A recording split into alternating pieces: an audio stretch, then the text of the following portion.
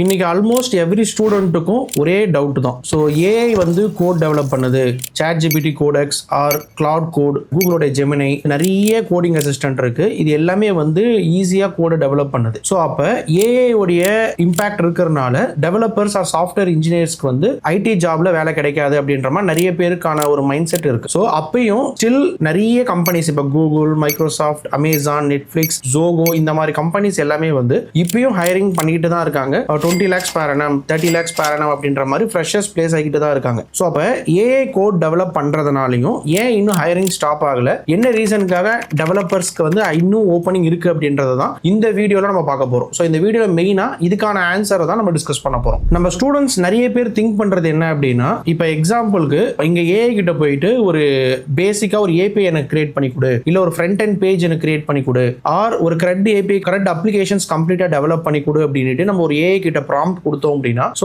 AI வந்து seconds அது பண்ணி கொடுத்துரும். கரெக்ட்டா? சோ அப்ப ஒரு ஏஐ யூஸ் பண்ணி நம்மனால வந்து ஒரு கம்ப்ளீட்டா ஒரு சாஃப்ட்வேரை வந்து டெவலப் பண்ணிடலாம் வித்தின் செகண்ட்ஸ்ல. நார்மலா ஒரு செகண்ட்ஸ் ஆர் ஒரு மினிட்ஸ்ல வந்து நம்மனால வந்து ஒரு கம்ப்ளீட் சாஃப்ட்வேர் வந்து டெவலப் பண்ண முடியும். ஸோ செக்யூரிட்டியா இருக்கட்டும் ஆர் கம்ப்ளீட் கிரெட் அப்ளிகேஷன்ஸ், ஸோ இந்த மாதிரி பேசிக்கா எல்லாமே கிரியேட் பண்ணிட முடியும். பட் ஸ்டில் கம்பெனி வந்து அந்த ஏபிஐ கிரியேட் பண்ண சொல்லியோ இல்ல ஒரு கோட் அடிக்க சொல்லியோ உங்ககிட்ட எக்ஸ்பெக்ட் பண்ணாது. ஸோ ஒரு கம்பெனி நம்ம கிட்ட என்ன எக்ஸ்பெக்ட் பண்றாங்க அப்படின்னு ஒன்று இருக்குல்ல, அதுதான் நம்ம பார்க்க போறோம். ஸோ கம்பெனி ஆக்சுவலா ஒரு டெவலப்பர் கிட்ட என்ன எக்ஸ்பெக்ட் பண்றாங்க அப்படின்னா, நீங்க ஒரு டெவலப்பர் அப்படின்னா கோட் அடிக்கிறது மட்டும் கிடையாது. ஸோ ஒரு டெவலப்பர் கிட்ட இருந்து கம்பெனி என்ன எக்ஸ்பெக்ட் பண்றாங்க அப்படின்னா, நீங்க எந்த அளவுக்கு திங்க் பண்றீங்க, அந்த ப்ராப்ளத்தை வந்து எந்த அளவுக்கு நீங்க வந்து திங்க் பண்ணி அதுக்கான சொல்யூஷன் கொடுக்குறீங்க அப்படின்றத கம்பெனி வந்து ஹையர் பண்றாங்க. ஸோ சிம்பிளா சொல்லணும் அப்படின்னா டிசிஷன் மேக்கிங், நீங்க வந்து எந்த அளவுக்கு அந்த சாஃப்ட்வேரோட அண்டர்ஸ்டாண்டிங் இருக்கு, எந்த அளவுக்கு அந்த சாஃப்ட்வேருக்கான சொல்யூஷன்ஸ் நீங்க கொடுக்குறீங்க. So architecture, system design, decision making, இதுக்கு தான் கம்பெனி உங்களுக்கு பே பண்ணுதே தவிர கோட் அடிக்கிறதுக்கு மட்டும் கிடையாது. அஃப்கோர்ஸ் கோட் வந்து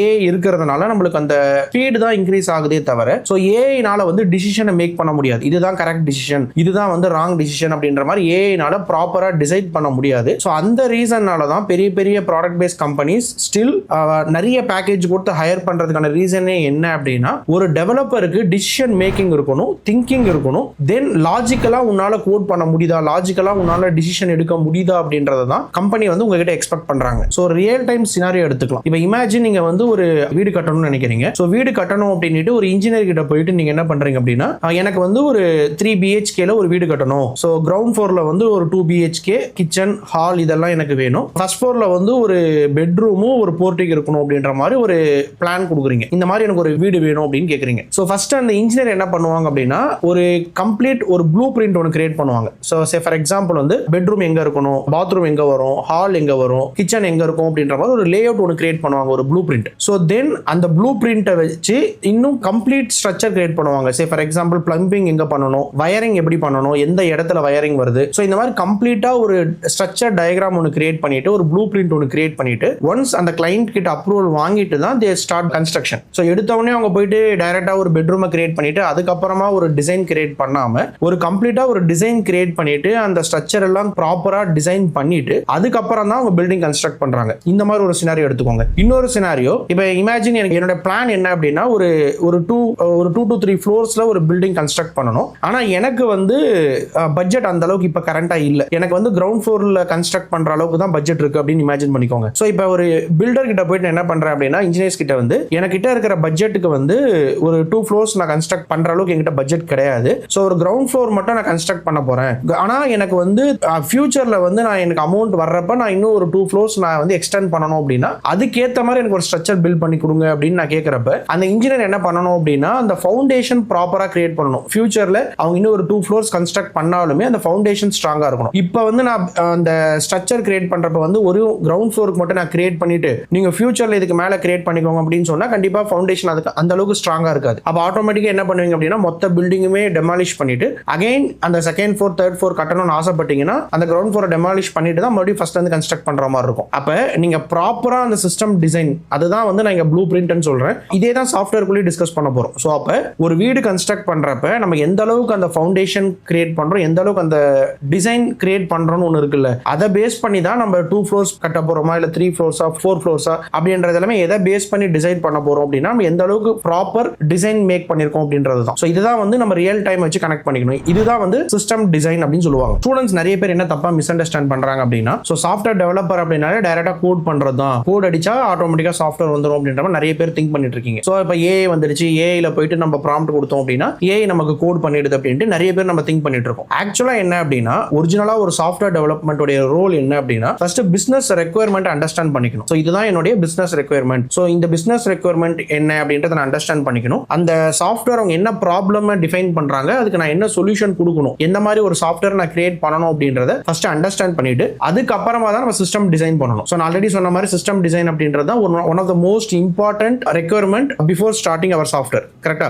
அப்ப நான் ஒரு சிஸ்டம் டிசைனை ப்ராப்பரா கிரியேட் பண்ண தெரிஞ்சிருக்கணும், ஒரு ஆர்கிடெக்சரை மேக் பண்ண தெரிஞ்சிருக்கணும், அதுக்கப்புறமா தான் நான் கோட் அடிக்க போறேன். ஒன்ஸ் நான் சிஸ்டம் டிசைன் பண்ணிட்டு ஆர்கிடெக்சரை பிளான் பண்ணிட்டு அதுக்கப்புறமா தான் நான் கோட் அடிக்க போறேன். ஸோ கோட் அடிக்கிறதுக்கு மட்டும் டெவலப்பரோட ரோல் கிடையாது. இதுதான் நிறைய ஸ்டூடெண்ட்ஸ் வந்து தப்பா மிஸ் அண்டர்ஸ்டாண்ட் பண்ணிட்டு இருக்கிறது. ஸோ ஒன்ஸ் நீங்க கோட் டெவலப் பண்ணணும், அதுக்கப்புறம் அதை டெஸ்ட் பண்ணணும், அதுக்கப்புறம் அதை டெப்ளாய் பண்ணணும், அதுக்கப்புறம் அதை மெயின்டைன் பண்ணணும். இந்த மாதிரி நிறைய ஸ்டேஜஸ் இருக்கு. ஸோ ஏஐ வந்து உங்க கோடை டெவலப் பண்றதை ஸ்பீட் பண்ணதே தவிர ஏஐ வந்து கம்ப்ளீட் சாஃப்ட்வேர் இன்ஜினியர்ஸை ரீப்ளேஸ் பண்ணல. இமேஜின் நீங்க ஒரு அமேசான் அப்படின்ற ஒரு அப்ளிகேஷனை டெவலப் பண்ணணும் அப்படின்னு நினைக்கிறீங்க. ஓகேவா? அமேசான் அப்படின்ற ஒரு அப்ளிகேஷன் டெவலப் பண்ணணும்னு நினைக்கிறப்ப சே ஃபார் எக்ஸாம்பிள் ஒரு கஸ்டமர் வந்து ஒரு ப்ராடக்ட்டை வந்து சர்ச் பண்றாங்க, அந்த ப்ராடக்ட்டை வந்து ஒரு கார்ட்ல ஆட் பண்றாங்க, அதுக்கப்புறம் அந்த ப்ராடக்ட்டை வந்து பர்ச்சேஸ் பண்றாங்க, தென் அதை ஷிப் பண்றாங்கன்னு வச்சுக்கோங்க. ஸோ இந்த மாதிரி ஒரு சாஃப்ட்வேர் நீங்க கிரியேட் பண்ணணும்னு நினைக்கிறீங்க அப்படின்னா just you can develop with help of AI. AI கிட்ட போயிட்டு எனக்கு வந்து ஒரு கஸ்டமர் பேஜ் கிரியேட் பண்ணு, ஒரு ஆர்டர் பேஜ் கிரியேட் பண்ணு, ஒரு பர்ச்சேஸ் பேஜ் கிரியேட் பண்ணு, அதுக்கப்புறம் ஷிப் பண்ற மாதிரி ஒரு கம்ப்ளீட் சாஃப்ட்வேர் கிரியேட் பண்ணி கொடு அப்படின்னா ஏஐ கொடுத்துரும், ஒரு கம்ப்ளீட் ப்ராஜெக்ட்டை டெவலப் பண்ணி கொடுத்துரும். ஸோ இங்க ப்ராப்ளம் என்ன அப்படின்னா ஒரு சாஃப்ட்வேர் வந்து நீங்க கிரியேட் பண்றத வந்து ஒரு 5 பேர் யூஸ் பண்றாங்க அப்படின்றப்ப அந்த சாஃப்ட்வேர் எந்த அளவுக்கு உங்களுக்கு வந்து ரெஸ்பான்ஸ் பண்ணுது அப்படின்னு ஒன்று இருக்கு. அதே சாஃப்ட்வேர்ல ஒரு 50 மில்லியன் யூசர்ஸ் யூஸ் பண்றாங்க அட் டைம்ல அப்படின்றப்ப அந்த சாஃப்ட்வேர் எப்படி உங்களுக்கு ரெஸ்பாண்ட் பண்ணுது அப்படின்றத பொறுத்துட்டு தான் ஸோ அந்த சாஃப்ட்வேர் வந்து குட் சாஃப்ட்வேரா பேட் சாஃப்ட்வேரா அப்படின்றத டிஃபைன் பண்ண முடியும். கரெக்டா? அப்ப ஒரு ஏஐ கொடுக்குற கோடு வந்து ஒரு 5 பேருக்கு உனக்கு ரெஸ்பாண்ட் பண்ற அளவுக்கு உனக்கு ப்ராப்பரா டிஃபைன் பண்ணுமே தவிர ஒரே டைம்ல 50 மில்லியன் யூசர்ஸ் உள்ள வராங்க, எனக்கு அந்த சாஃப்ட்வேரை வந்து யூஸ் பண்றாங்க அப்படின்றப்ப அந்த சிஸ்டம்னால மேனேஜ் பண்ண முடியுமா அப்படின்றத தான் நம்ம திங்க் பண்ணணும். ஸோ அந்த சிஸ்டம் டிசைன் நம்ம ஒரு சாஃப்ட்வேர் டெவலப்பர் கரண்டா என்ன பண்றாங்க அப்படின்னா ஒரு சாஃப்ட்வேர் வந்து ஒருத்தர் யூஸ் பண்ணாலும் 1 மில்லியன் யூசர் யூஸ் பண்ணாலும் அதே ரெஸ்பான்ஸ் டைம் தான் இருக்கணும், அதே பர்ஃபார்மன்ஸ் தான் பண்ணணும் அப்படின்ற மாதிரி தான் ஸோ எல்லா கம்பெனிஸுமே திங்க் பண்ணுவாங்க. ஓகே, இப்போ நான் ஆல்ரெடி சொன்ன மாதிரி இதுதான் ரியல் ப்ராப்ளம். ஸோ ஒரு 15 மில்லியன் யூசர்ஸ் என்னோட சாஃப்ட்வேர் அக்சஸ் பண்றப்ப மேபி சர்வர் கிராஷ் ஆகலாம், சிஸ்டம் ஃபெயிலியர் ஆகலாம், டேட்டாபேஸ் உடைய ஸ்லோனஸ் இருக்கும், ஆட்டோமேட்டிக்கா வந்து உங்களுடைய ப்ராஜெக்ட் வந்து ஹேக்கர்ஸ் வந்தா எப்படி ஹேண்டில் பண்ணுவீங்க, சிஸ்டம் ஃபெயிலியர் ஆச்சு அப்படின்னா எப்படி ஹேண்டில் பண்ணுவீங்க. ஸோ இந்த மாதிரி விஷயத்தை எல்லாமே வந்து நம்ம இஷ்யூ வந்த பின்னாடி அனலைஸ் பண்றதுக்கு முன்னாடி நம்ம முன்னாடியே என்ன பண்றோம் அப்படின்னா ஒரு சாஃப்ட்வேர் டெவலப் பண்றதுக்கு முன்னாடியே ப்ராப்பரா வந்து இந்த ஃபெயிலியர் வந்தா எப்படி இதுக்கு சொல்யூஷன் கொடுக்க போறேன், இந்த ஃபெயிலியர் வர்றதுக்கு முன்னாடி நான் எப்படி ப்ரிவென்ட் பண்ண போறேன், ஸோ எனக்கு இன் ஃபியூச்சர் 50 lakhs யூசர்ஸ் உள்ள வராங்க அட் டைம்ல அப்படின்றப்ப நான் இதை எப்படி ஹேண்டில் பண்ண போறேன் அப்படின்றது எல்லாமே வந்து நம்ம ப்ரீ டிஃபைன்டா ஒரு ப்ராப்பர் டிசைன் ஃபாலோ பண்ணிட்டு அதுக்கப்புறமா தான் அந்த சாஃப்ட்வேரை கிரியேட் பண்ணணும். ஸோ சிஸ்டம் டிசைன்ல மெயினா என்னென்ன ஃபோக்கஸ் பண்ணுவாங்க அப்படின்னா பிளானிங். நம்ம எப்படி ஒரு சாஃப்ட்வேரை கிரியேட் பண்ண போறோம் அப்படின்றத ஃபர்ஸ்ட் பிளான் பண்ணணும், அதுக்கப்புறம் அதோட ஆர்கிடெக்சர் ப்ராப்பரா டிசைன் பண்ணணும். ஸோ இந்த மாடியூல் எங்க வைக்கணும், எப்படி ஒரு சர்வீஸும் இன்னொரு சர்வீஸும் இன்டர் கனெக்ட் பண்ண போறோம், எப்படி அந்த ஃபங்க்ஷனாலிட்டி கம்ப்ளீட் பண்ண போறோம் அப்படின்ற மாதிரி ப்ராப்பரா வந்து டிசைன் பண்ணணும். தென் ஸ்கேலபிலிட்டி. ஸோ ஸ்கேலபிலிட்டி அப்படின்னா என்னன்றதை நம்ம டிஸ்கஸ் பண்ணலாம். ஸோ ஸ்கேல் பண்ற மாதிரி என்னோட அப்ளிகேஷன்ஸ் டிசைன் பண்ணணும், ரிலையபிலிட்டி இருக்கணும், அண்ட் பர்ஃபார்மன்ஸ் இருக்கணும். இது எல்லாமே வந்து இருந்தா மட்டும்தான் என்னால சாஃப்ட்வேர்ஸை வந்து ஒருத்தர் யூஸ் பண்ணாலும் 1,00,000 பேர் யூஸ் பண்ணாலும் என் அப்ளிகேஷன் வந்து அதே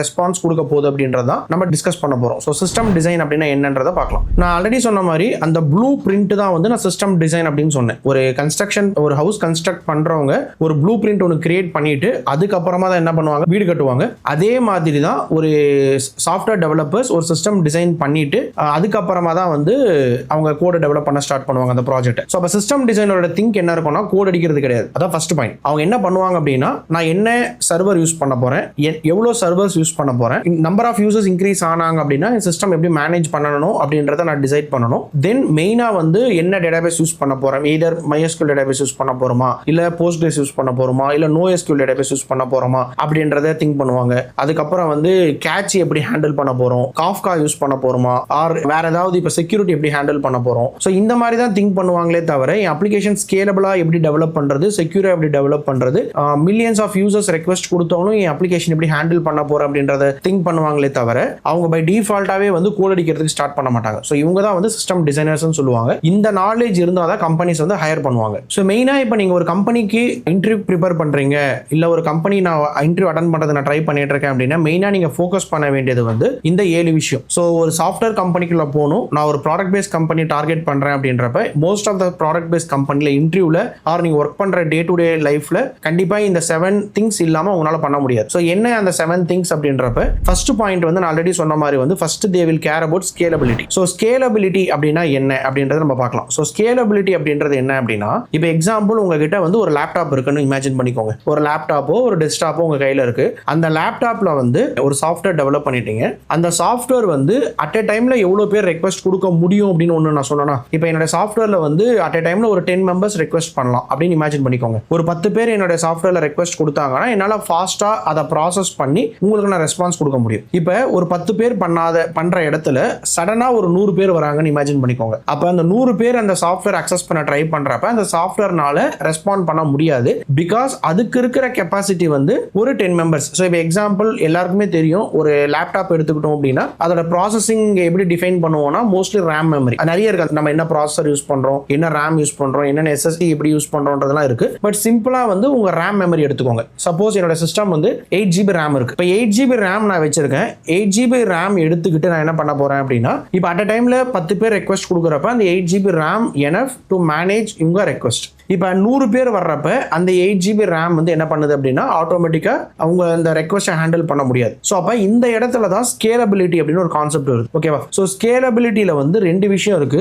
ஒன்று வந்து வெர்டிக்கல் ஸ்கேலிங், இன்னொன்று வந்து ஹரிசாண்டல் ஸ்கேலிங் அப்படின்னு சொல்லுவாங்க. ஸோ வெர்டிக்கல் ஸ்கேலிங் அப்படின்றது என்ன அப்படின்னா, இப்போ 100 பேர் ரெக்வஸ்ட் கொடுக்குறப்ப எனக்கு இந்த 8 GB ரேம் வந்து என்னால் 10 பேரை தான் ஹேண்டில் பண்ண முடியும் அப்படின்னா, அப்போ நீங்கள் 100 பேர் ஹேண்டில் பண்ணுறதுக்கு அந்த ரேம் மெமரி இன்க்ரீஸ் பண்ணுறீங்க அப்படின்னு வச்சுக்கோங்க. ஸோ இப்போ ரேம் வந்து ஜஸ்ட் நீங்களே அப்படியே கால்குலேட் பண்ணிக்கோங்க. ஒரு 20 பேர் வந்தாங்கன்னா 16 GB ரேம் வேணும். 30 பேர் வந்தாங்க அப்படின்னா பை டிஃபால்ட்டா அதோட டபுள் அப்படியே மாற்றி ஜஸ்ட் இமேஜின் பண்ணிக்கோங்க. அப்போ நீங்கள் பை டிஃபால்ட்டா என்ன பண்ணுறீங்க அப்படின்னா உங்களோட மிஷினோடைய ஸ்பேஸை இன்க்ரீஸ் பண்ணுறீங்க. ஸோ அப்போ ஒரே ஒரு மிஷின் தான் இருக்கு. அந்த மிஷினில் 8 GB RAM or 16 GB or 32 or 512 GB RAM கூட வச்சுக்கோங்க. இந்த மாதிரி ஒரு ரேமை நான் பர்ச்சேஸ் பண்ணி அந்த நம்பர் ஆஃப் ரெக்வஸ்ட் ஹேண்டில் பண்ணேன் அப்படின்னா அதுதான் வந்து வெர்டிக்கல் ஸ்கேலிங் அப்படின்னு சொல்லுவாங்க. ஸோ ஒரே மிஷின் வச்சுட்டு அந்த மிஷினோட சைஸை இன்க்ரீஸ் பண்றது. ஸோ அதான் வந்து வெர்டிக்கல் ஸ்கேலிங். இப்போ ஹரிசாண்டல் ஸ்கேலிங் அப்படின்றது என்ன அப்படின்னா, ஒரு மிஷின் மாதிரி நான் நிறைய மிஷினை பக்கத்துல வச்சிடறேன். ஸோ ஒரே மிஷினை நான் இன்க்ரீஸ் பண்ணல. இப்போ எக்ஸாம்பிள் 10 பேர் இருக்கிற இடத்துல 20 பேர் வராங்க. அப்போ நான் என்ன பண்ணும், 2 மிஷினை கனெக்ட் பண்றேன். இன்டர்நெட் வழியா நீ என்ன பண்ற, அந்த மிஷினை கனெக்ட் பண்ண ட்ரை பண்ற. என்ன பொறுத்த வரைக்கும் எண்ட் யூசரை பொறுத்த வரைக்கும் ஒரு மிஷின் தான் இருக்கும். இப்போ நீங்க வெர்டிக்கல் ஸ்கேலிங்கா இருந்தாலும் சரி, ஹரிசாண்டல் ஸ்கேலிங்கா இருந்தாலும் சரி,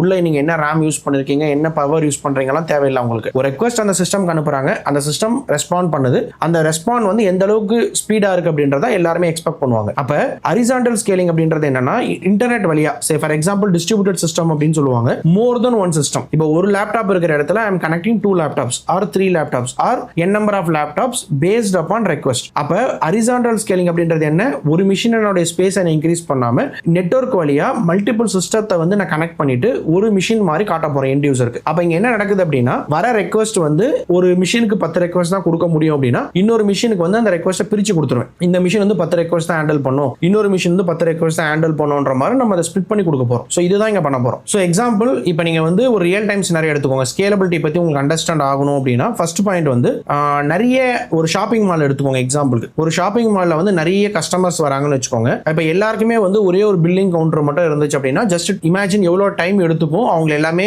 பில் பண்ணி ப்ராசஸ் பண்றதுக்கு. இப்போ நான் என்ன பண்றேன், நிறைய கிரௌட் வந்துச்சு அப்படின்னா பில்லிங் கவுண்டர் இன்க்ரீஸ் பண்றேன். ஸோ கம்மியான கிரௌட் இருக்கிறப்ப ஒரே பில்லிங் கவுண்டர் மட்டும் வச்சிருக்கேன். நிறைய கிரௌட் வர்றப்ப பில்லிங் கவுண்டர்ஸ் வந்து அடிஷனல் ஆட் பண்ணிடுறேன். அப்போ ஆட்டோமேட்டிக் என்ன ஆகும், அந்த டோட்டல் கிரௌடை வந்து நான் செப்பரேட் பண்ணி ஒவ்வொரு கவுண்டர்ல கொஞ்சம் பேர் அனுப்பி அதை ப்ராசஸ் பண்ண டைம் பண்றேன். ஸோ இதை தான் என்ன சொல்லுவோம்னா, நம்ம சாஃப்ட்வேர் ஃபீல்ட்ல வந்து ஸ்கேலபிலிட்டி அப்படின்றது வந்து நிறைய மிஷின்ஸ் வந்து நான் இன்க்ரீஸ் பண்றது. ஹாரிசான்டல் ஸ்கேலிங், வெர்டிகல் ஸ்கேலிங் அப்படின்றப்ப ஒரே மிஷினுடைய ஸ்பேஸ் இன்க்ரீஸ் பண்றது. ஸோ இதை தான் வந்து மெயினா என்ன சொல்லுவாங்க அப்படின்னா ஸ்கேலபிலிட்டி அப்படின்னு சொல்லுவாங்க. ஸோ ரெண்டாவது வந்து fault tolerance. So fault tolerance அப்படின்னா என்ன அப்படின்றத பார்க்கலாம். ஸோ அதுக்கு முன்னாடி ஃபர்ஸ்ட் அதே ஷாப்பிங் மால் எடுத்துக்கலாம். ரியல் டைமா உங்களுக்கு புரிஞ்சுக்கிட்டோம். ஸோ ஷாப்பிங் மால் அப்படின்னு நான் எடுத்துக்கிறப்ப எக்ஸாம்பிள் 2 லிஃப்ட் இருக்குன்னு இமேஜின் பண்ணிக்கோங்க. இப்போ ஒரு ஷாப்பிங் மால்ல நீங்க ஒரு இடத்துல இருந்து ஒரு சோர்ஸ்ல இருந்து ஒரு டெஸ்டினேஷன், ஒரு ஃபர்ஸ்ட் ஃப்ளோர்ல இருந்து ஒரு 10th ஃப்ளோர் போகணும்னு நினைக்கிறீங்க. அப்ப நீங்க ஒரு லிஃப்ட்டை வந்து யூஸ் பண்ணிக்கிறீங்க ஹெல்ப்புக்கு. லிஃப்ட்ல போயிட்டு நீங்க ஒரு ஃப்ளோர்ல இருந்து இன்னொரு ஃப்ளோர் போறதுக்காக ட்ரை பண்றீங்க. மேபி இப்போ ஒரு லிஃப்ட் வந்து ஃபெயிலியர் ஆயிடுச்சு. இப்போ அந்த லிஃப்ட்னால உங்களால ஒரு இடத்துல இருந்து இன்னொரு இடத்துக்கு போக முடியல, லிஃப்ட் வந்து ஒர்க் ஆகல. அப்ப நீங்க என்ன பண்ணுவீங்க, பை டிஃபால்ட்டா இன்னொரு லிஃப்டோட ஹெல்ப்பை யூஸ் பண்ணிக்கிட்டு வேற ஒரு லிஃப்ட் இருக்கு, 2 லிஃப்ட் இருக்கு, ஒரு லிஃப்ட் ஒர்க் ஆகல,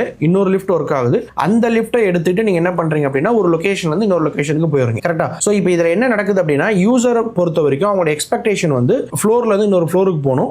ஒரே ஒரு லிஃப்ட் மட்டும் இருந்துச்சு அப்படின்னா அந்த இடத்துல உங்களால போக முடியல, ஏன்னா அந்த லிஃப்ட் வந்து ஃபெயிலியர் இருக்கு. இன்னொரு லிஃப்ட் வந்து பை டிஃபால்ட்டா ஒர்க் ஆகிட்டு இருக்கு. அந்த லிஃப்ட் வழியா நீங்க என்ன பண்றீங்கன்னா ஒரு ஃப்ளோர்ல இருந்து இன்னொரு ஃப்ளோருக்கு போயிடுறீங்க. ஸோ இதை தான் சாஃப்ட்வேர்ல என்ன பண்றாங்க அப்படின்னா ஃபால்ட் டாலரன்ஸ் அப்படின்றது வந்து, இப்போ நான் எக்ஸாம்பிள் ஒரு மிஷின் இருக்கு, அந்த மிஷின்ல ஒரு சாஃப்ட்வேர் டெவலப் பண்ணி நீங்க ஹோஸ்ட் பண்ணிருக்கீங்க. இப்போ எக்ஸாம்பிள் நான் ஆல்ரெடி சொன்ன மாதிரி வந்து ஒரு மிஷினுக்கு நீங்க ரெக்வஸ்ட் அனுப்புறீங்க, அந்த மிஷின் ஃபெயிலியரா இருந்துச்சுன்னா பை டிஃபால்ட்டா உங்க ரெஸ்பான்ஸ் வராது. கரெக்டா? அப்ப நம்ம என்ன பண்ணணும் அப்படின்னா அந்த மிஷின் வந்து எப்பவுமே வந்து ஒரு பேட் மிஷினா வச்சுக்கணும். சே ஃபார் எக்ஸாம்பிள் என்கிட்ட 2 லேப்டாப் இருக்கு, நீங்க அனுப்புற ரெக்வஸ்ட் வந்து ஒரு லேப்டாப்புக்கு போகுது, அங்க உங்களுக்கு ஃபெயிலியர் இருந்துச்சு அப்படின்னா பை டிஃபால்ட்டாவே இன்னொரு மிஷின் கனெக்ட் பண்ணி அங்க இருந்து உங்களுக்கு ரெஸ்பான்ஸ் எடுத்து கொடுத்துரும். ஸோ அப்ப இதை தான் ஃபால்ட் டாலரன்ஸ் சொல்றாங்க. அப்ப ஒரு சாஃப்ட்வேர் டெவலப்பர்ஸ் ஆர் ஒரு சிஸ்டம் டிசைன்ஸ் என்ன பண்ணுவாங்க அப்படின்னா ஃபர்ஸ்ட் நான் சொன்ன மாதிரி ஸ்கேலபிள் அப்ளிகேஷனா டெவலப் பண்ணணும். அது வெர்டிகல் ஸ்கேலிங்காவோ ஹரிசாண்டல் ஸ்கேலிங்காவோ வச்சு டிசைட் பண்ணலாம். ரெண்டாவது வந்து ஃபால்ட் டாலரன்ஸ், ஃபெயிலியர் கேசஸ் இருக்கக்கூடாது தான் பாயிண்ட். நான் எப்பவுமே ஒரு ரெக்வஸ்ட் சர்வர் கிட்ட அனுப்புறேன், சர்வர் எனக்கு ரெஸ்பாண்ட் பண்ணணும், எப்பவுமே ஃபெயிலியர் ஆகக்கூடாது, ரெக்வஸ்ட் வந்து ஃபெயில் ஆகக்கூடாது. அப்ப ஃபால்ட் டாலரன்ஸ் அப்படின்ற கான்செப்ட் நான் யூஸ் பண்ணி நான் என்ன பண்ண போறேன்னா எப்பவுமே என்னோட சிஸ்டம் வந்து ஒர்க்கிங் கண்டிஷனா இருக்க போறேன். ஸோ எனக்கு தெரியாது அங்க ஒரு சிஸ்டம் ஃபெயில் ஆச்சு இன்னொரு சிஸ்டம் ஒர்க் ஆகுது அப்படின்னு எனக்கு தெரியாது. அஸ் எ எண்ட் யூசர் நான் என்ன பண்றேன், கிளைண்ட் சைட்ல இருந்து ரெக்வஸ்ட் சர்வருக்கு அனுப்புறேன், சர்வர் என்ன பண்ணுதுன்னா அந்த ரெக்வஸ்ட்டை ப்ராசஸ் பண்ணி உங்களுக்கு ரெஸ்பான்ஸ் கொடுக்க போகுது. பட் இன்டர்னலா ஒரு ஃபெயிலியர் ஆச்சு அப்படின்னா ஆட்டோமேட்டிக்கா இன்னொரு சிஸ்டம் கனெக்ட் பண்ற மாதிரி நம்ம அந்த சிஸ்டத்தை டிசைன் பண்ணணும். இதுதான் வந்து ஃபால்ட் டாலரன்ஸ் அப்படின்னு சொல்லுவோம். மூணாவது என்ன அப்படின்னா கன்சிஸ்டன்சி. ஸோ கன்சிஸ்டன்சி அப்படின்னா என்ன அப்படின்னா, இப்போ இமேஜின் நீங்க வந்து ஒரு ஃபார் எக்ஸாம்பிள் உங்க பேங்க் அக்கௌண்ட்ல வந்து ஒரு 5000 rupees இருக்குன்னு இமேஜின் பண்ணிக்கோங்க. ஒரு பேங்க் அக்கௌண்ட்ல 5000 rupees இருக்கு. அந்த 5000 rupees வந்து நீங்க வந்து வித்ட்ரால் பண்ணணும் அப்படின்னா either you can go for ஏடிஎம்ல போயிட்டு உங்களால வித்ட்ரா பண்ண முடியும், ஆர் நெட் பேங்கிங் வழியா வித்ட்ரா பண்ணலாம், ஆர் மொபைல் பேங்கிங் எய்தர் வெப்ல போய் பண்ண போறீங்க இல்லைனா மொபைல் ஆப்ல வச்சு பண்ண போறீங்க. இந்த மாதிரி வந்து உங்க அமௌண்ட்டை வந்து நீங்க வித்ட்ரா பண்ணணும் அப்படின்னா you can use any platform. கரெக்டா? இதோட ப்ராப்ளம் என்னன்னு இமேஜின் பண்ணிக்கோங்க. இப்போ நான் வந்து ஏடிஎம்ல போயிட்டு ஒரு 2000 rupees வித்ட்ரா பண்ணிட்டேன். ஏடிஎம்ல போயிட்டு ஒரு 2000 rupees நான் வித்ட்ரா பண்ண உடனே நான் நெட் பேங்கிங்லயோ ஆர் மொபைல் பேங்கிங்லயோ எங்க போய் நான் விசிட் பண்ணாலும் எனக்கு அந்த அமௌண்ட் வந்து ரிஃப்ளெக்ட் ஆகணும். ஆல்ரெடி நான் 2000 எடுத்துட்டேன் அப்படின்னா எனக்கு மற்ற 2 இடத்துலயுமே அந்த ரிமைனிங் அமௌண்ட் வந்து 3000 அப்படின்றத ரிஃப்ளெக்ட் ஆகணும். ஸோ இதை தான் வந்து கன்சிஸ்டன்சி அப்படின்னு சொல்லுவோம். இது அப்படியே நம்ம சிஸ்டம் டிசைனுக்குள்ள கொண்டு வாங்க. இப்போ நம்ம ஆல்ரெடி டிஸ்கஸ் பண்ண மாதிரி நான் என்னோட அப்ளிகேஷனை ஸ்கேல் பண்ணியிருக்கேன். கரெக்டா? ஸோ ஸ்கேல் அப்படின்னா என்ன, either vertical scaling or horizontal scaling. இப்போ இமேஜின் ஹரிசாண்டல் ஸ்கேலிங்னு வச்சுக்கோங்க. இப்போ நம்ம ஆல்ரெடி டிஸ்கஸ் பண்ண மாதிரி ஒரு சிஸ்டம் 10 பேரை ரெஸ்பாண்ட் பண்ணுது, இன்னொரு சிஸ்டம் இன்னொரு 10 பேரை ரெஸ்பாண்ட் பண்ணுது. இப்போ என்கிட்ட 2 சிஸ்டம் இருக்கு ஆர் 3 சிஸ்டம் இருக்கு. இப்போ நான் ஒரு சிஸ்டம்ல போயிட்டு ஏதாவது ஒரு ப்ராசஸ் நான் பண்ணிட்டேன், ஏதாவது ஒரு டிரான்சாக்ஷன் நான் பண்ணியிருக்கேன் அப்படின்றப்ப அந்த சிஸ்டம்ல என்னுடைய அப்டேட் இருக்கும். நான் என்ன பண்ணியிருக்கணும் அந்த சிஸ்டம்ல என்னோட டேட்டா அப்டேட் இருக்கும். பட் மற்ற 2 சிஸ்டத்துக்கு நான் தெரியப்படுத்தணும். இப்போ நான் பண்ண விஷயத்தை வந்து அந்த சிஸ்டம்ல இப்போ எக்ஸாம்பிள் நீங்க ஏதாவது ஒரு டிரான்சாக்ஷன் பண்றீங்க இல்லை ஏதோ ஒரு அமௌண்ட் வந்து நெட் பேங்கிங் வழியா நீங்க டிரான்சாக்ஷன் பண்றீங்க அப்படின்னா இந்த சிஸ்டம்ல என்ன சேஞ்சஸ் நடந்துச்சோ அந்த சேஞ்சஸ் வந்து மற்ற 2 சிஸ்டத்துக்குமே வந்து அப்டேட் பண்ணணும் அப்படின்றதான் கன்சிஸ்டன்சி சொல்லுவோம். ஸோ அப்போ ஹரிசாண்டல் ஸ்கேலிங் அப்படின்றது நான் என்ன சொன்னேன், ஒரு சாஃப்ட்வேரை நிறைய இடத்துல நீங்க ஹோஸ்ட் பண்ணி வச்சிருக்கீங்க. நான் ஏதாவது ஒரு சிஸ்டம்ல போயிட்டு நான் அந்த டிரான்சாக்ஷன் பண்றேன் அப்படின்னா அந்த டிரான்சாக்ஷன் அந்த சிஸ்டம்ல மட்டும் ரிஃப்ளெக்ட் ஆயிருக்கணும்ன்றது மேண்டேட்டரியா பார்க்க கூடாது, மற்ற எல்லா சிஸ்டத்திலுமே அது ரிஃப்ளெக்ட் ஆயிருக்கணும் அப்படின்றது தான் ஒரு சிஸ்டம் டிசைனருடைய மெயின் ரோலா இருக்கும். ஸோ அதான் வந்து கன்சிஸ்டன்சி அப்படின்னு சொல்லுவோம். ஸோ இதை தான் நான் உங்களுக்கு அந்த ஏடிஎம் எக்ஸாம்பிள் வச்சு எக்ஸ்பிளைன் பண்ணேன். ஸோ தென் மெயினா அடுத்த பாயிண்ட் வந்து load balancer. So load balancer அப்படின்றது என்ன அப்படின்னா நம்ம ஸ்டார்டிங்லேயே டிஸ்கஸ் பண்ண மாதிரி இப்போ நம்ம எக்ஸாம்பிள் ஒரு ஏர்போர்ட் எடுத்துக்கோங்க. ஒரு ஏர்போர்ட்ல வந்து ஜஸ்ட் நிறைய செக்யூரிட்டி செக் இருக்கும். இப்போ நீங்க ஒரு இடத்துல போறீங்க அப்படின்றப்ப ஒரே இடத்துல வந்து ஒரு 1000 மெம்பர்ஸ் இருக்கீங்கன்னு வச்சுக்கோங்க. ஸோ ஒரே செக்யூரிட்டி கவுண்டர்ல இருந்து ஒவ்வொருத்தரை செக் பண்றதுக்கு பதிலாக அவங்களே என்ன பண்ணுவாங்க, இந்த இடத்துல பாதி பேர் போங்க இங்க பாதி பேர் போங்க அப்படின்ட்டு நிறைய பேரை ஸ்பிளிட் பண்ணி விடுவாங்கல்ல. ஸோ அதை தான் வந்து லோட் பேலன்சர் அப்படின்னு சொல்லுவோம். இப்போ எக்ஸாம்பிளுக்கு நம்ம ஆல்ரெடி சொன்ன மாதிரி என்னோட சிஸ்டம் ஸ்கேல் பண்ணிருக்கேன், ஹரிசாண்டல் ஸ்கேல் பண்ணிருக்கேன் அப்படின்னு இமேஜின் பண்ணிக்கோங்க. வர ஃபர்ஸ்ட் 10 ரெக்வஸ்ட் வந்து ஒரு சிஸ்டத்துக்கு அனுப்பணும், அடுத்த 10 ரெக்வஸ்ட் வந்து இன்னொரு சிஸ்டத்துக்கு அனுப்பணும், அடுத்த 10 ரெக்வஸ்ட் வந்து இன்னொரு சிஸ்டத்துக்கு அனுப்பணும் அப்படின்ட்டு இந்த மாதிரி ஸ்பிளிட் பண்ணி அனுப்புற வேலை யார் பார்ப்பாங்கன்னா லோட் பேலன்சர். ஸோ இந்த லோட் பேலன்சரோட ரோல் என்ன அப்படின்னா ஒருத்தருக்கே எல்லா ஒர்க்குமே கொடுத்து அந்த ஒர்க்கை பண்ணி ரெஸ்பாண்ட் பண்ற டைம் வந்து கண்டிப்பா அதிகமாக எடுத்துக்கும் அப்படின்றதுக்காக, ஆர் அவங்களால பண்ண முடியாத அந்த சிஸ்டம் டவுன் ஆயிடும் அப்படின்றதுக்காக இன்டர்மீடியேட்டா ஒரு கிளைண்ட்டுக்கும் ஒரு சிஸ்டத்துக்கும் நடுவில் ஒரு லோட் பேலன்சர் அப்படின்ற ஒரு சினாரியோ யூஸ் பண்றேன். லோட் பேலன்சர் என்ன பண்ணுது அப்படின்னா வர ரெக்வஸ்ட்டை ஈக்குவலா ஸ்பிளிட் பண்ணி கொடுக்குது. இவங்களுக்கு ஒரு 10 ரெக்வஸ்ட், இவங்களுக்கு ஒரு 10 ரெக்வஸ்ட், இவங்க இப்போ ஃப்ரீயா இருக்காங்க அப்படின்னா இவங்களுக்கு அடுத்த செட் ஆஃப் 10 ரெக்வஸ்ட் எடுத்து கொடுக்கிறது. ஸோ இந்த மாதிரி வேலையெல்லாம் யார் பார்ப்பாங்க அப்படின்னா லோட் பேலன்சர் பார்த்துக்கும். அப்போ மெயினா வந்து ஒரு சிஸ்டம் டிசைன் பண்றப்ப இதையும் நம்ம மைண்ட்ல வச்சுக்கணும் லோட் பேலன்சர்ஸை கான்ஃபிகர் பண்றதுக்கு. ஸோ அதுக்கு அடுத்தது வந்து லேட்டன்சி. ஸோ லேட்டன்சி அப்படின்றது என்ன அப்படின்னா இப்போ நான் ஒரு ரெக்வஸ்ட் கொடுத்துட்டு அந்த ரெஸ்பான்ஸ் வர்றதுக்கு எவ்வளோ டைம் கன்சியூம் பண்ணுது, அதான் வந்து லேட்டன்சின்னு சொல்லுவோம். இப்போ எக்ஸாம்பிளுக்கு நீங்க இப்படி கூட எடுத்துக்கோங்க. இப்போ நான் வந்து ஒரு ஸ்விக்கில ஒரு ஃபுட் ஆர்டர் பண்றேன். ஸோ நான் ஃபுட் ஆர்டர் பண்ணி ஒரு வித்தின் 5 to 10 minutes எனக்கு அந்த ஃபுட் டெலிவரி ஆச்சு அப்படின்னா கஸ்டமர் வில் ஹாப்பி. கரெக்டா? அதே ஃபுட்டை நான் ஆர்டர் பண்ணிட்டு அது டெலிவரி ஆகிறதுக்கு மோர் தென் 1 hour ஆர் 2 hours எடுத்துக்கிச்சு அப்படின்னா ஆட்டோமேட்டிக்கா கஸ்டமர்ஸ் வந்து ஃப்ரஸ்ட்ரேட் ஆயிடுவாங்க. அப்ப மீனிங் என்ன, நீங்க ஒரு விஷயத்தை கேட்குறீங்க, அந்த விஷயம் உங்களுக்கு கிடைக்கிறதுக்கு கம்மியான டைம் எடுத்துக்கிச்சு அப்படின்னா பை டிஃபால்ட்டா நீங்க ஹாப்பி ஆகுவீங்க. இதுவே மோர் டைம் கன்சியூம் பண்ணிச்சு அப்படின்னா பை டிஃபால்ட்டாவே ஃப்ரஸ்ட்ரேட் ஆகுவீங்க. கரெக்டா? ஸோ இதை தான் என்ன சொல்லுவாங்கன்னா லேட்டன்சி. லேட்டன்சி அப்படின்றது நம்ம ஒரு சாஃப்ட்வேர் கன்சிடர் பண்ணிக்கோங்க.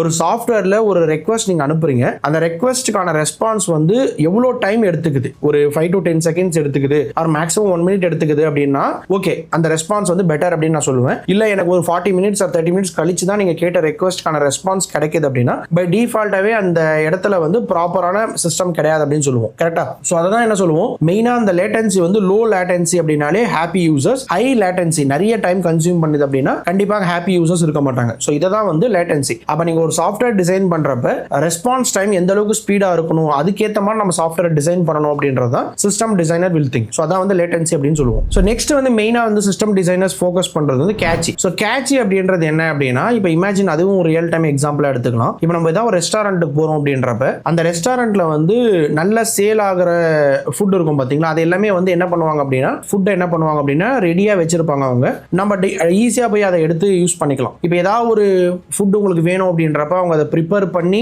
உங்களுக்கு கொடுக்கறதுக்கும் ஆல்ரெடி கவுண்டர்ல ரெடியா இருக்கிறதுக்கும் நிறைய டைம் டிஃபரன்ஸ் இருக்குல்ல. ஸோ இதை வந்து நம்ம கேட்சி அப்படின்ற ஒரு கான்செப்ட் வச்சு கம்பேர் பண்ணிக்கலாம். இப்போ எக்ஸாம்பிளுக்கு இப்போ ஒரு சாஃப்ட்வேர் இருக்கு, ஒரு சாஃப்ட்வேர்ல நீங்க ஏதாவது ஒரு டேட்டா கேட்குறீங்க. இப்போ எக்ஸாம்பிள் எனக்கு ஒரு லிஸ்ட் ஆஃப் ப்ராடக்ட்ஸ் காட்டணும் ஆர் எனக்கு வந்து ஏதாவது ஒரு டிரான்சாக்ஷன் டீடைல்ஸ் காட்டணும் அப்படின்றப்ப ரெக்வஸ்ட் அனுப்பி அது போய் டேட்டா பேஸ்ல கனெக்ட் பண்ணி அங்கிருந்து டேட்டா பேஸ்ல இருந்து எடுத்துட்டு வந்து எனக்கு அதை காட்டுறதுக்கு ஒரு சர்டன் டைம் எடுத்துக்கும். இப்போ நீங்க ஒரு டைம் டேட்டா பேஸ்ல இருந்து எடுத்துட்டு வந்துட்டீங்க, நெக்ஸ்ட் டைம் நீங்க அகைன் அதே டேட்டா வேணும்னு கேட்கறப்ப நேரா மறுபடியும் போய் டேட்டா பேஸை போய் எடுத்துட்டு வரதுக்கு பதிலா அந்த டேட்டா பேஸ்ல இருந்து எடுத்துட்டு வந்த டேட்டாவை நான் கேட்ச்ல வச்சுக்கிறேன். ஸோ கேட்ச் அப்படின்றது என்னன்னா நம்மளுடைய லோக்கல் ரேம்ல இருக்குன்னு வச்சுக்கோங்க, உங்க டேட்டா பேஸ்ல கிடையாது, டேட்டா பேஸ்ல இருந்து எடுத்துட்டு வந்து உங்க ரேம்குள்ள மெயின்டைன் பண்ணிட்டு இருக்கு. நெக்ஸ்ட் டைம் நீங்க அந்த டேட்டா வேணும்னு கேட்கறப்ப நீங்க டேட்டா பேஸ் போக தேவையில்லை, அந்த ரேம்ல இருந்தே கன்சியூம் பண்ணிப்பீங்க. அப்ப கேட்ச் அப்படின்றது என்ன அப்படின்னா டெம்பரரி. உங்க application first time database போய் எடுத்துட்டு வரும், டேட்டா பேஸ்ல இருந்து டேட்டா எடுத்துட்டு வந்துட்ட பின்னாடி செகண்ட் டைம் அதே டேட்டா உங்களுக்கு தேவைப்பட்டுச்சு அப்படின்னா நீங்க டேட்டா பேஸ் போக தேவையில்லை, உங்க கேட்ச்ல இருந்து எடுத்துக்கலாம். அப்போ உங்க சிஸ்டம் டிசைன் பண்றப்ப நான் ஒரு ரெடியூஸ் கேட்ச் ஏதோ ஒரு கேட்சை கான்ஃபிகர் பண்ணி வச்சுட்டு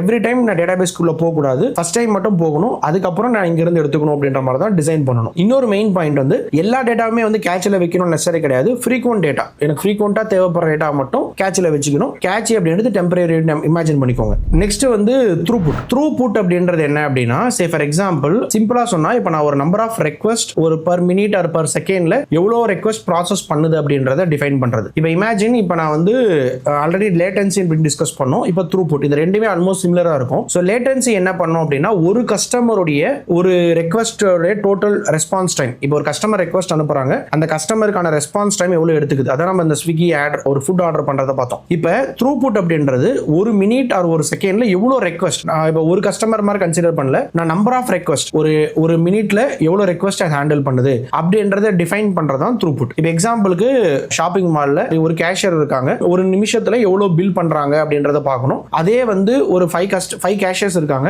அந்த இடத்துல எவ்வளவு கஸ்டமர்ஸ் நான் ஹேண்டில் பண்ண போறேன். அப்ப த்ரூபுட் அப்படின்றத எப்படி டிஃபைன் பண்ண போறோம் அப்படின்னா சிம்பிளா எடுத்துக்கிறப்ப நான் number of customers at a டைம்ல ஒரு மினிட்ல எவ்வளவு ஹேண்டில் பண்ண போறேன். ஒரு மினிட்ல வந்து 100 ரெக்வஸ்ட் வருது, அதை ஹேண்டில் பண்றனா இல்லையா. இப்போ அதே ஒரு நிமிஷத்துல 1000 ரெக்வஸ்ட் வருது, அதை ஹேண்டில் பண்றதா இல்லையா. அந்த மாதிரி நம்ம அந்த டைம் கன்சியூம் பண்ற டைம் எவ்வளவு எடுத்துக்கிறோம் அப்படின்றத டிஃபைன் பண்றது தான் த்ரூபுட்னு சொல்லுவோம். ஸோ த்ரூபுட் அப்படின்றது request processed per second or per minute, அதை கால்குலேட் பண்றதா த்ரூபுட். இப்போ ரொம்ப சிம்பிளா சொல்லணும் அப்படின்னா இப்போ நான் வந்து இந்தியாவில் இருக்கேன், இந்தியாவில் நான் ஒரு சாஃப்ட்வேர் டெவலப் பண்ணியிருக்கேன், என்னோட கஸ்டமர்ஸ் எல்லாம் இந்தியாவில் தான் இருக்காங்கன்னு வச்சுக்கோங்க. அப்போ நான் பர்ச்சேஸ் பண்ணிட்டு இருக்கிற சர்வர் வந்து இந்தியாவிலே இருந்துச்சு அப்படின்னா நான் அனுப்பின ரெக்வஸ்ட் அண்ட் அந்த ரெஸ்பான்ஸுக்கான டைம் வந்து ரொம்ப கம்மியாக எடுத்துக்கும். என்னோட கஸ்டமர்ஸ் எல்லாம் இந்தியாவில் இருக்காங்க, ஆனால் நான் யூஸ் பண்ற சர்வர் வந்து யூஎஸ்ல இருக்கு அப்படின்னு இமேஜின் பண்ணிக்கோங்க. அப்போ அந்த த்ரூபுட் வந்து பை டிஃபால்ட்டாவே இன்னும் அதிகமாக தான் கன்சியூம் ஆகும். ஸோ அப்போ அந்த த்ரூபுட்டுமே நம்ம பெட்டரா டிசைன் பண்ணணும் அப்படின்றதான் மோஸ்ட்லி சிஸ்டம் டிசைன்ல டிஸ்கஸ் பண்ணுவாங்க. ஸோ இப்போ மெயினா வந்து அந்த 7 பாயிண்ட் நம்ம டிஸ்கஸ் பண்ணுமா.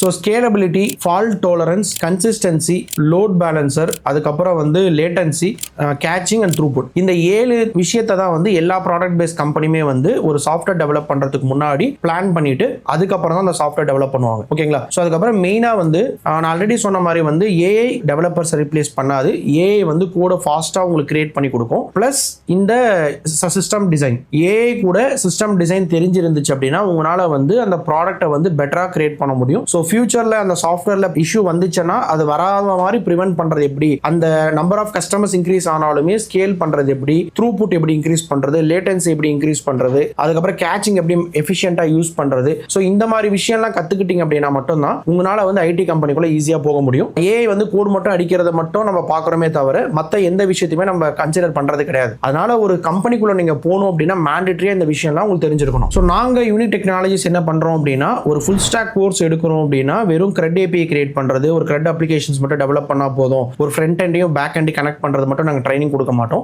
எங்களுடைய ட்ரைனிங் எப்படி இருக்கும் அப்படின்னா, ஸோ கம்ப்ளீட்டா வந்து நான் சொன்ன இந்த 7 விஷயத்தை நான் அந்த ஸ்கேல் பண்றதுல இருந்து, கேட்ச் மெயின்டைன் பண்றதுல இருந்து, அதுக்கப்புறம் ஃபைனலா அந்த த்ரூபுட், லேட்டன்சி, இந்த மாதிரி வந்து ஒரு கம்ப்ளீட் ப்ராடக்ட் என்டர்பிரைஸ் அப்ளிகேஷன்ஸை டெவலப் பண்றதை நம்ம ட்ரைனிங் கொடுப்போம். ஸோ இங்க ட்ரைனிங்ல வந்து கம்ப்ளீட்டா இந்த லோட் பேலன்ஸருக்கு என்ன சொல்யூஷன் கொடுக்க போறோம், ஸ்கேல் பண்றதுக்கு எப்படி சொல்யூஷன் கொடுக்க போறோம் அப்படின்றது தான் எங்களோட ட்ரைனிங்ல இருக்கும். ஸோ எங்களோட ட்ரைனிங்கோட மெயின் ஃபோக்கஸே என்ன அப்படின்னா, ஒரு டெவலப்பர் வந்து வெறும் கோட் அடிக்கிறத மட்டும் ஃபோக்கஸ் பண்ணாம அவங்க எந்த அளவுக்கு டிசிஷன் மேக் பண்றாங்க, எந்த அளவுக்கு திங்க் பண்றாங்க, ஆர்கிடெக்சர் எப்படி கிரியேட் பண்ணணும் அப்படின்ற மாதிரி தான் ட்ரைனிங் கொடுக்க போறோம். ஸோ அதனால வந்து ஒரு ஃபுல் ஸ்டாக் டெவலப்பர் அப்படின்றது not only for coding, system design தான். ஸோ அதை தான் உங்களை ஃபோக்கஸ் பண்ண சொல்றேன். ஸோ இந்த நெக்ஸ்ட் வீடியோல வந்து நான் உங்களுக்கு என்ன சொல்றேன் அப்படின்னா, சிஸ்டம் டிசைன்ல ஒவ்வொரு டாபிக்கா எடுத்துக்கிட்டு ஸோ ஒரு ஸ்கேலபிலிட்டி எப்படி டெவலப் பண்றது, எப்படி நம்ம அதை இனிஷியேட் பண்றது அப்படின்றத நம்ம டிஸ்கஸ் பண்ண போறோம். ஸோ ஃபர்தர் வர வீடியோஸ்ல உங்களுக்கு ஸ்டெப் பை ஸ்டெப்பா ஒவ்வொரு மாடியூலா எடுத்துக்கிட்டு நான் உங்களுக்கு எக்ஸ்பிளைன் பண்ண போறேன். ஸோ ஏதாவது டவுட்ஸ் இருந்துச்சுன்னா கமெண்ட் செக்ஷன்ல சொல்லுங்க, அதையும் நான் உங்களுக்கு கிளாரிஃபை பண்றேன். தேங்க்யூ.